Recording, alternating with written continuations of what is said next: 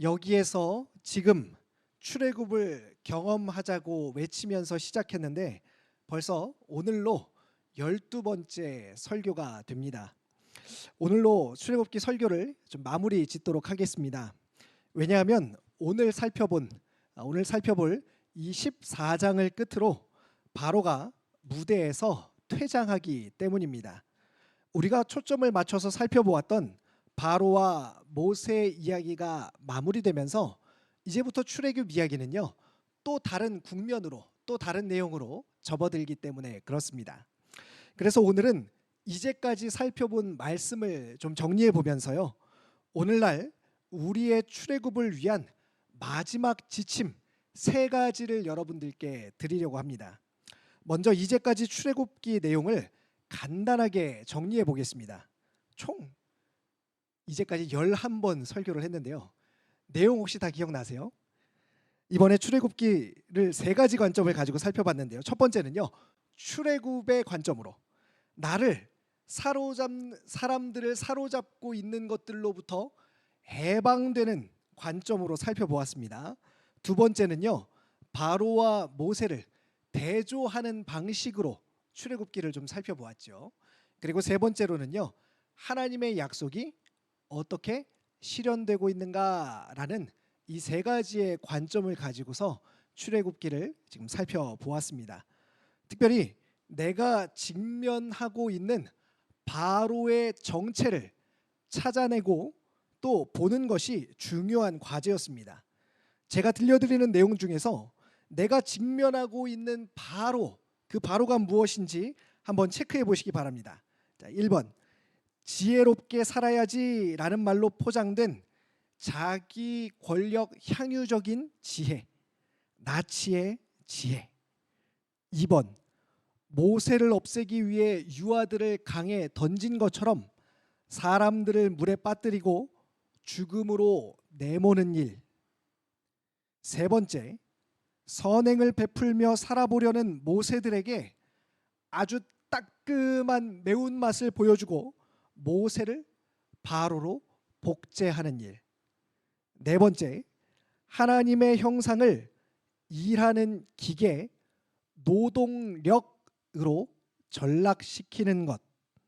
다섯 번째, 장기적이고 구조적인 악을 형성하고 제도화하는 것.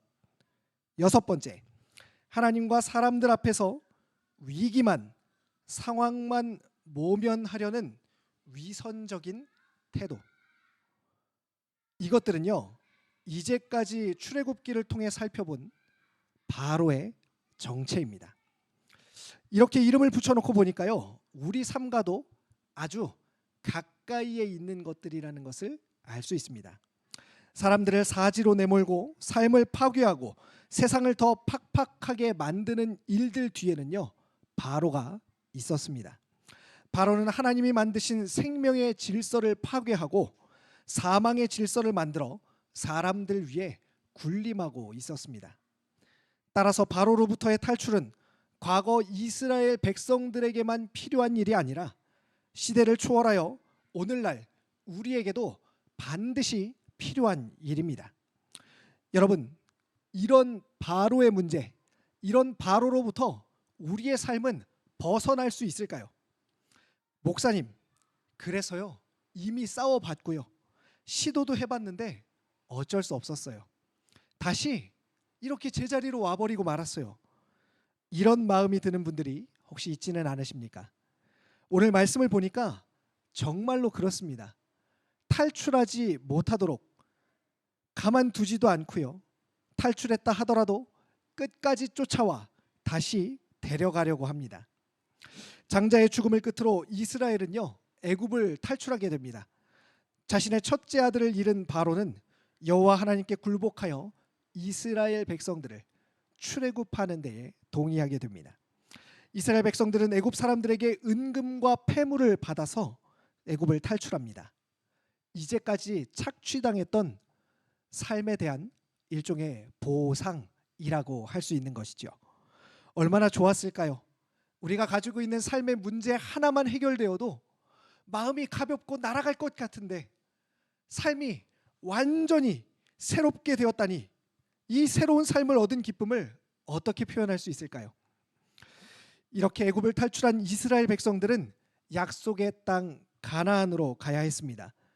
그런데 애굽을 나와서 바로 가나안 땅, 약속의 땅으로 도착하면 좋은데요. 항상 그 사이에 광야라는 과정이 있다는 것이 우리가 성경을 통해 보는 사실입니다. 그들은 모세를 앞장 세워 광야를 통과하고 있습니다. 그런데요, 이 광야에서만 볼 수 있는 하나님의 인도하심도 있습니다. 하나님이 낮에는 구름 기둥으로 밤에는 불 기둥으로 이스라엘을 인도하셨기 때문입니다. 그래서요, 여러분, 신앙을 너무 단순하게 좋은 것, 나쁜 것 이런 식으로만 구분하지 않았으면 좋겠습니다. 우리 인생도 신앙도 여러 가지 것들이 다 섞여 있습니다. 거기서 하나님의 뜻을 발견하고 하나님을 붙들고 이것이 중요한 것이지, 이건 좋다, 이건 나쁘다, 이것을 구분하는 일이 그것이 중요한 것이 아닙니다. 좋은 일에도 하나님의 뜻이 있고 때로는 나쁘고 어려운 일에도 하나님의 뜻이 있는 줄로 믿으시기를 바랍니다. 그런데 본문을 보니까 가나안을 향해 행진하던 이스라엘이 한 곳에 멈추게 됩니다. 14장 2절인데요. 이스라엘 자손에게 명령하여 돌이켜 바다와 믹돌 사이에 비하히롯 곧 바알스본 맞은편 바닷가에 장막을 치게 하라라고 하나님께서 말씀하십니다. 하나님께서 모세에게 바닷가에 장막을 치라고 명령하신 것입니다. 애굽을 출발해서 왔는데 지금 바다 앞에서 길이 막혔습니다. 그런데 이 소식을 누가 듣습니까? 바로가 듣습니다. 아마도 바로는 출애굽한 사람들이 이 바다 앞에서 이러지도 저러지도 못하고 꼼짝없게 되었다고 생각했을 것입니다. 그러자 바로는요, 어떻게 했을까요? 마음이 변하여라고 성경은 말합니다. 다시 마음이 변했습니다. 출애굽한 이들을 다시 노예로 붙들어 오려고 마음을 먹게 되지요. 14장 5절에서 7절 말씀 우리 같이 한번 읽어보겠습니다. 14장 5절에서 7절까지 말씀입니다. 빠르게 한번 읽어보겠습니다. 시작. 그 백성이 도망한 사실이 애굽 왕에게 알려지매 바로와 그의 신하들이 그 백성에 대하여 마음이 변하여 이르되 우리가 어찌 이같이 하여 이스라엘을 우리를 섬김에서 놓아 보내었는가 하고 바로가 곧 그의 병거를 갖추고 그의 백성을 데리고 갈새 선발된 병거 600대와 애굽의 모든 병거를 동원하니 지휘관들이 다 출애굽한 자들을 잡아오기 위해서 애굽의 모든 군대가 총동원됐습니다. 여러분, 가장 화가 나고 억울할 때가 언제입니까? 줬다가 뺏어갈 때, 받았다가 뺏길 때 가장 억울하고 화가 나지요. 오래전에 추노라는 드라마가 있었는데 기억하는 분들이 있을지 모르겠습니다. 노예가 탈출했다가 다시 잡혀가면요, 그 삶은 이루 말할 수 없습니다. 이전의 노예의 삶보다 끔찍합니다. 이스라엘 백성들은 두려웠겠지요. 그리고 원망하게 되었습니다. 11절과 12절인데요. 제가 한번 읽어보겠습니다. 그들이 또 모세에게 이르되 애굽에 매장지가 없어서 당신이 우리를 이끌어내어 이 광야에서 죽게 하느냐? 어찌하여 당신이 우리를 애굽에서 이끌어내어 우리에게 이같이 하느냐? 우리가 애굽에서 당신에게 이른 말이 이것이 아니냐? 여기 있는 게 좋다고 계속 그랬었죠. 우리를 내버려 두라. 우리가 애굽 사람을 섬길 것이라 하지 아니하더냐? 애굽 사람을 섬기는 것이 광야에서 죽는 것보다 낫겠노라. 이스라엘 백성들이, 지금 출애굽한 사람들이 모세를 향하여서 원망을 쏟아내고 있죠. 군대를 보자 그들은 무엇이라고 얘기합니까? 광야에서 죽게 됐다고 말합니다. 여러분, 현실을 정확하게 보아야 합니다. 이스라엘 백성들, 출애굽한 사람들은요, 고통을 마주한 순간 아직 군대를 마주하지도 않았어요. 저기 멀리서 오는 것을 보니까요, 죽었다라고 벌써 판단한 것입니다. 그러니까 원망하게 되는 것입니다. 그러나 최종적으로 하나님은 애굽 군대를 바다에 완전히 몰살시킴으로써 애굽 출애굽한 사람들이 앞으로 나아가는 데 있을 공격과 또 어려움들을 미연에 제거하고 방지하려고 하신 것입니다. 이처럼 이스라엘은 바다를 건너며 애굽 군대가 사라지고 바로의 손이 더 이상 닿지 않음으로써 비로소 진짜 출애굽하게 되는 것입니다. 마찬가지로요, 여러분 오늘 설교를 통해서 진짜 출애굽을 경험하시기를 바랍니다. 저를 따라서 이렇게 외쳐보겠습니다. 이제 진짜 출애굽하라. 이제부터 진정한 출애굽을 위한 세 가지 지침을 소개하겠습니다. 키워드를 따라서 잘 기억해 보시기를 바랍니다. 첫 번째 따라해 보겠습니다. 원망. 여러분, 원망 대신 믿음으로 보시기 바랍니다. 앞서 살펴본 것처럼 우리는 잠시 어려움만 닥쳐도 금방 과거의 삶으로, 과거의 모습으로 돌아가고자 합니다. 차라리 그때가 더 나았어. 그냥 적당히 하고 그 정도 살 때가 좋았어. 이럴 줄 알았으면 하지 말 걸 그랬어. 그런데 여러분, 정말로 그렇습니까? 고난을 헤쳐가는 자유인보다 끼니를 제공받는 노예가 정말로 더 나은 것입니까? 우리 현실에서도요, 정확한 판단이 필요합니다.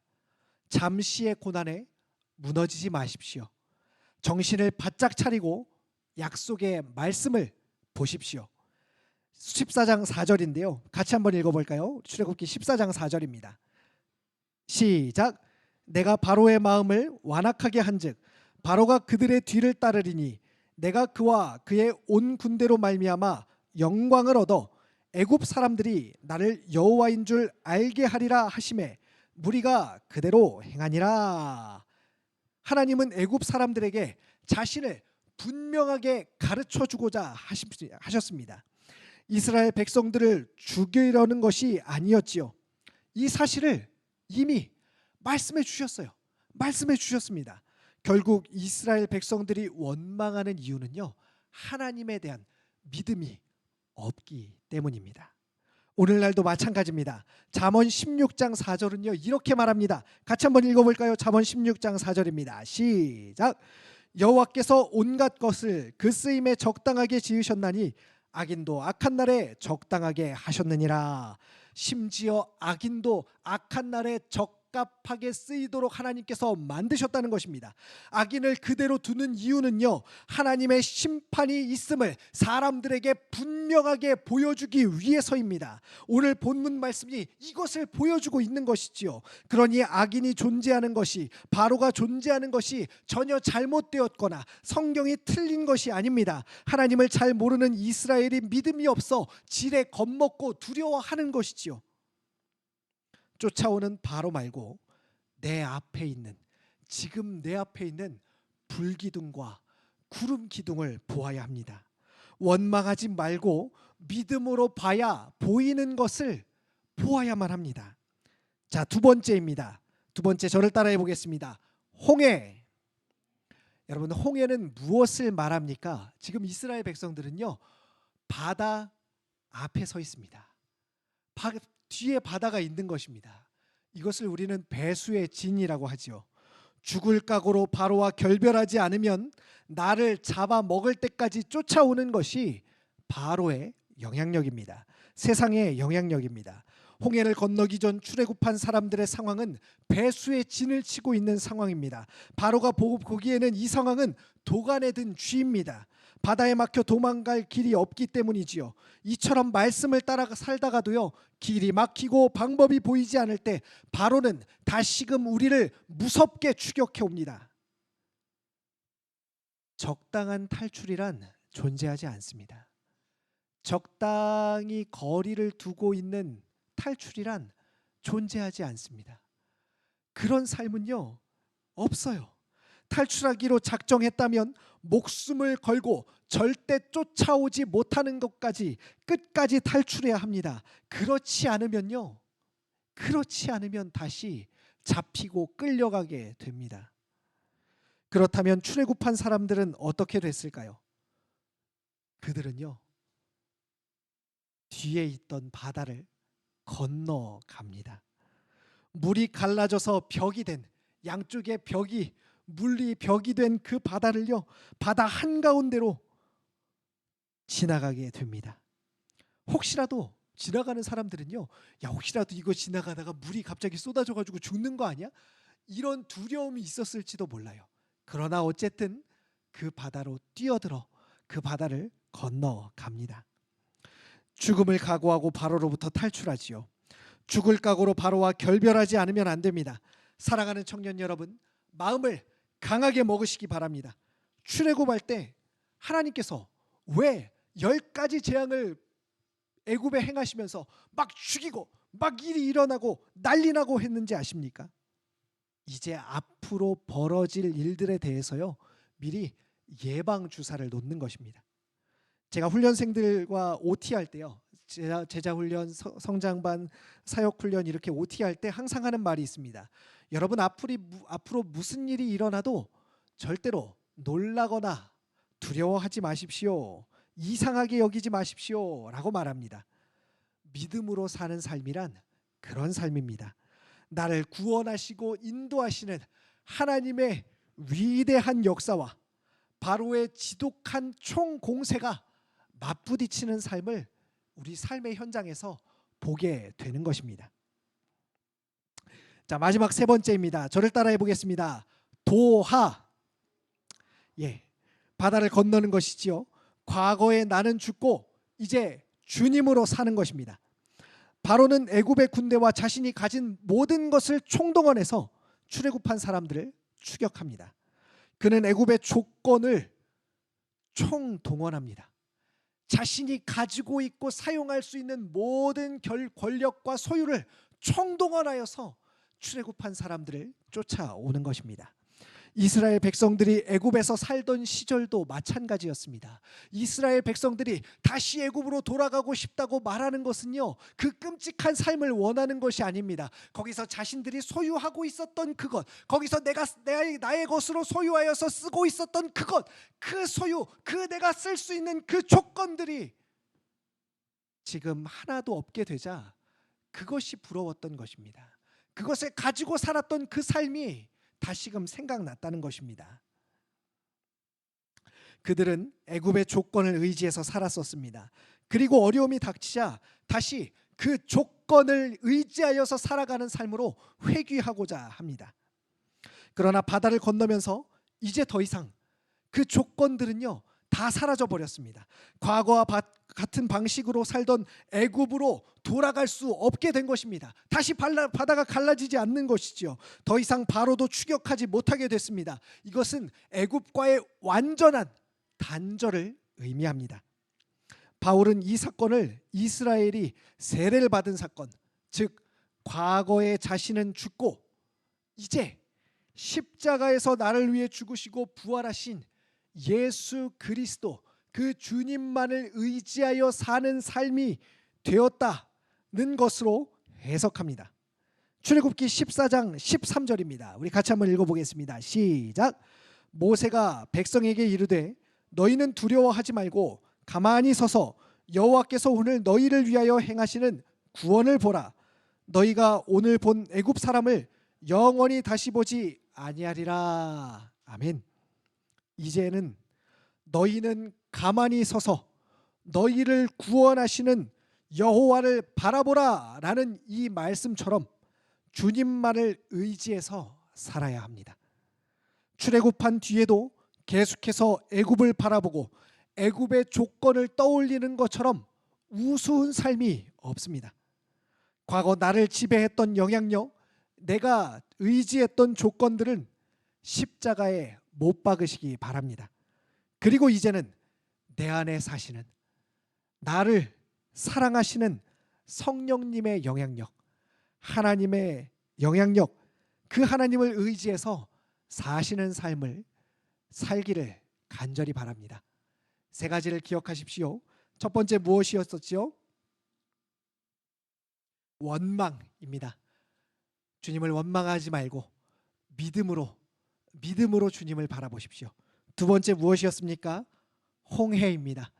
배수의 진, 죽을 각오로 도망가고 죽을 각오로 과거에 있었던 영향력을 끊어내지 않으면요, 언젠간 다시 붙잡히고 끌려가게 될 것입니다.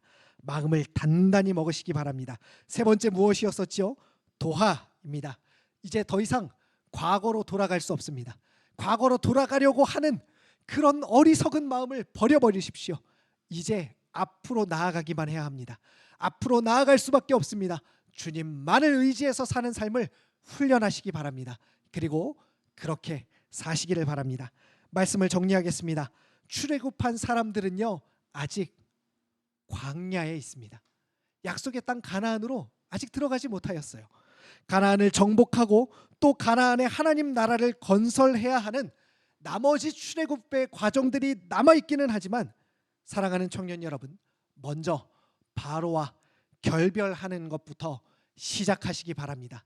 그렇게 한다면요, 이제 바로를 벗어나 하나님께서 온전히 다스리시고 하나님께서 인도하시는 새로운 기대하는 그런 멋진 삶들이 우리 앞에 펼쳐지게 될 것입니다. 이와 같은 삶 다 사시기를 간절히 축원합니다. 기도하겠습니다. 아버지 하나님,